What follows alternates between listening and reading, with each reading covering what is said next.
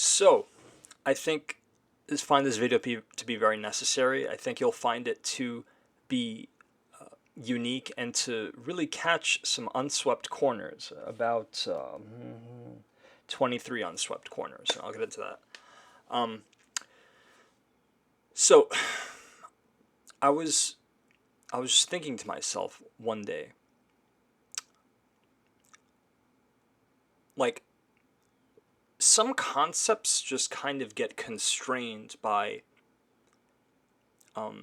viewing them as they have been practiced or as they are referred to at the level of experience or memory or what we do. So I thought to myself, like, what if we extended that what if we gave that treatment to education?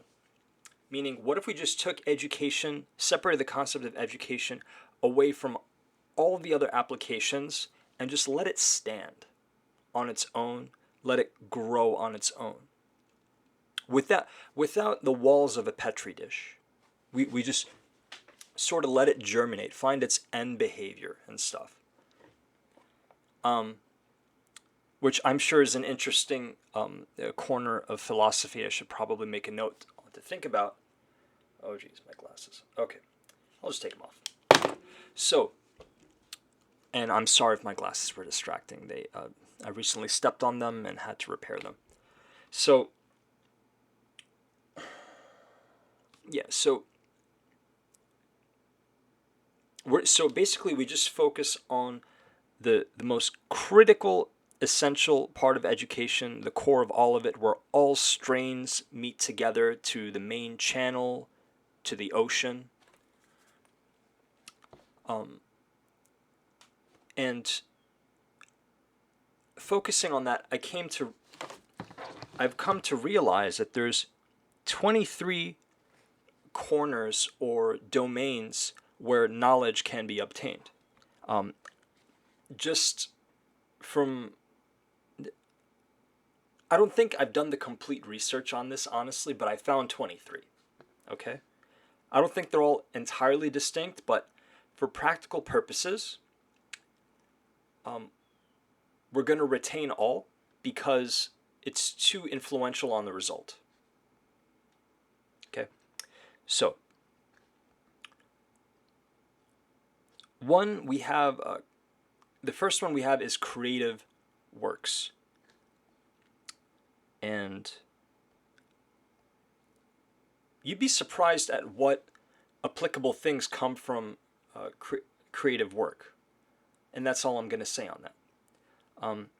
2, we have geographic space and externals. You know, what we know about what's going on with Earth and what's going on with, you know, the maps of planets that we have mapped. 3, we have outer space. 4, we have nanospace or subscopic space. History and future history, what was, is, and will be. So not necessarily just the official history, the extra history too. 6, the minds of people.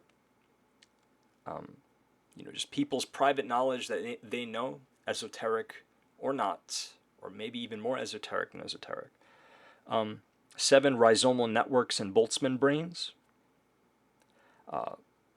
8, I double listed outer space. Look at this. So I guess we're at 22. Awesome. Makes the job easier. So 8 is this the superscopic level, which is above macroscopic, above the bounds of the universe. I'm referring to macroscopic as, you know, just stuff we can see with the eye, maybe even with some mild assistive aids like a magnifying glass that you can hold in your hand. You know, not the type of magnifying glass that you see in a microscope. So 9 is the subsurface of celestial bodies. 10 is black holes, white holes, wormholes, and stuff. Things that are extremely hard to peer inside, verging on impossible. I'm saying verging on because when you read enough science, you realize that science makes literally everything possible, even the absurd. Um, 10, well, no, 11, the mind. And I guess that kind of, there's some overlap there with the minds of people that I mentioned before. 12, Earth, the geographical and postal locations. Just because there's some places on the planet that are very sensitive knowledge, and to know about them is brings a rather horrible result. It sets a bad precedent for people to know about those places. Like, think about this. Would you really want to know where Jimmy Hoffa's body was buried by yourself? You know.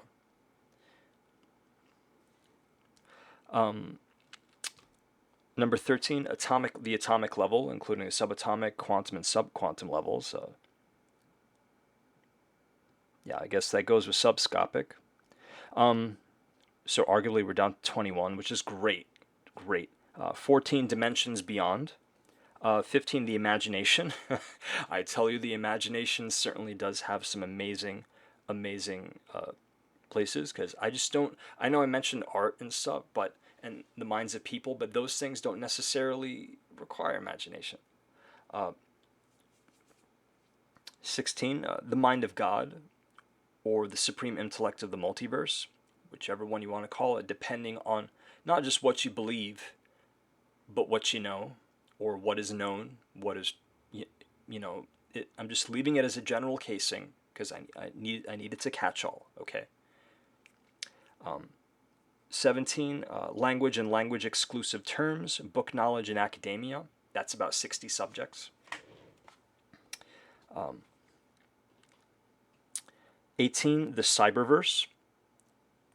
The internet, and what's going on between system units, as in computing devices. 19, the record of experience. 20, the record of street smarts. Whoa, he brought up street smarts.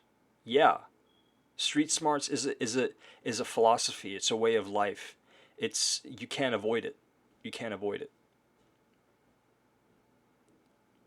Nobody's little neighborhood is safe, okay? Everything's pretty much open. Think about this. If a person can get like 300 to 500 miles in their gas tank, what makes you think your neighborhood, you won't need street smarts in your neighborhood? 21, the extra-dimensional universe, possibly a subspace. It's not necessarily dimensions beyond, though. Because beyond also includes what's beyond the bounds of the universe.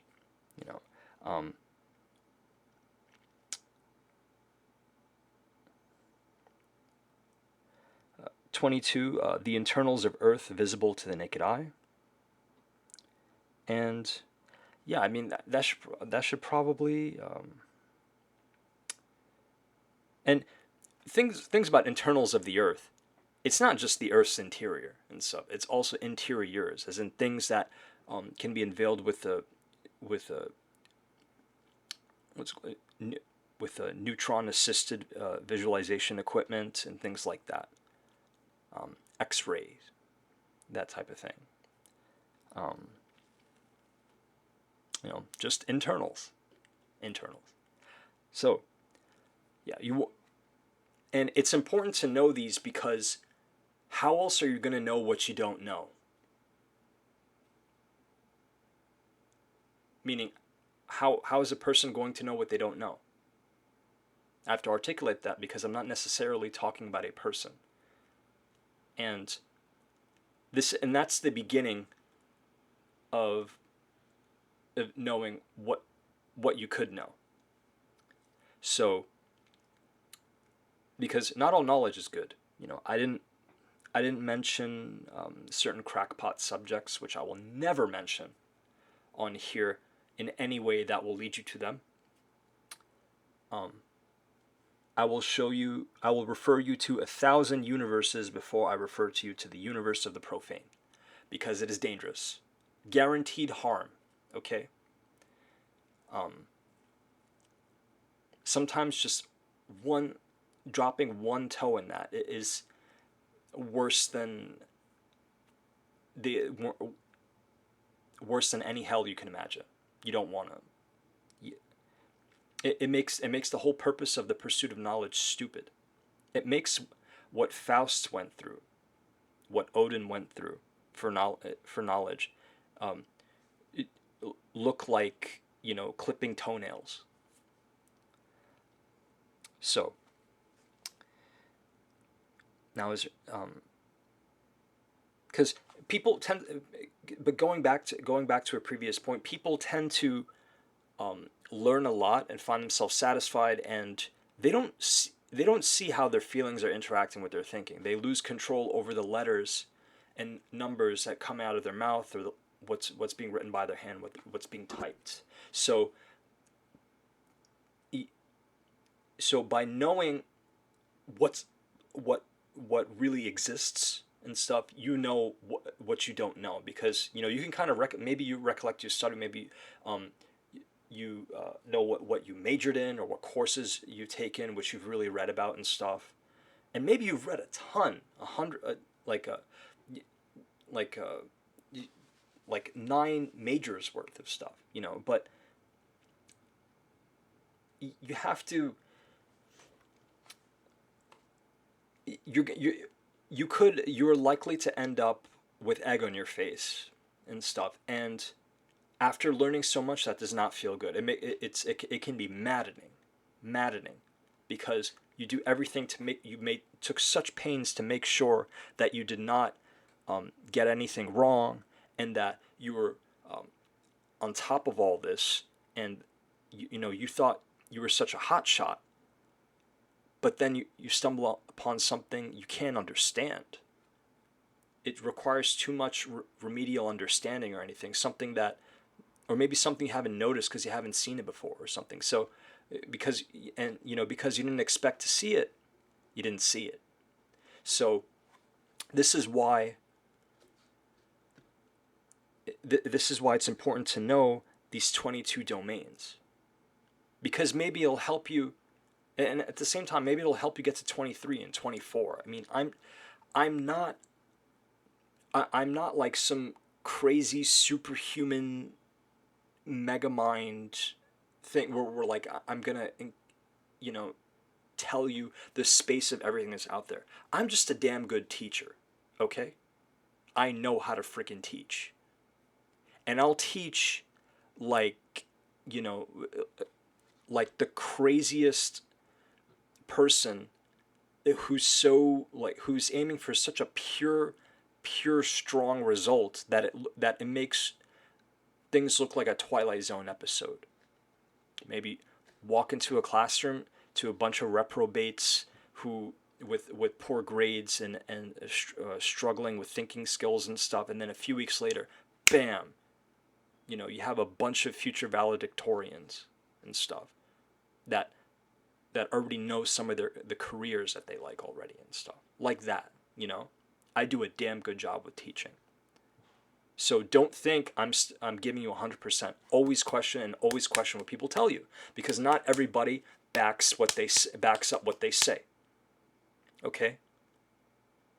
The goal is to know how to think to get the results, not what to think, because that is as close to that is as close to attainable as the final digit of pi. And if you were to ever reach that result and stuff, then you have to deal with what that all of this understanding and easement feels like.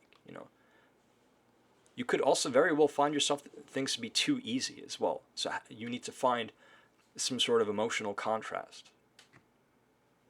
So anyway, we're at almost 15 minutes. I can cut it off right here. I feel like I've done the job with this video. because not everything I say is so damn important that I have to take up so much time and energy for everybody's day. Okay? And that rule extends to other people too.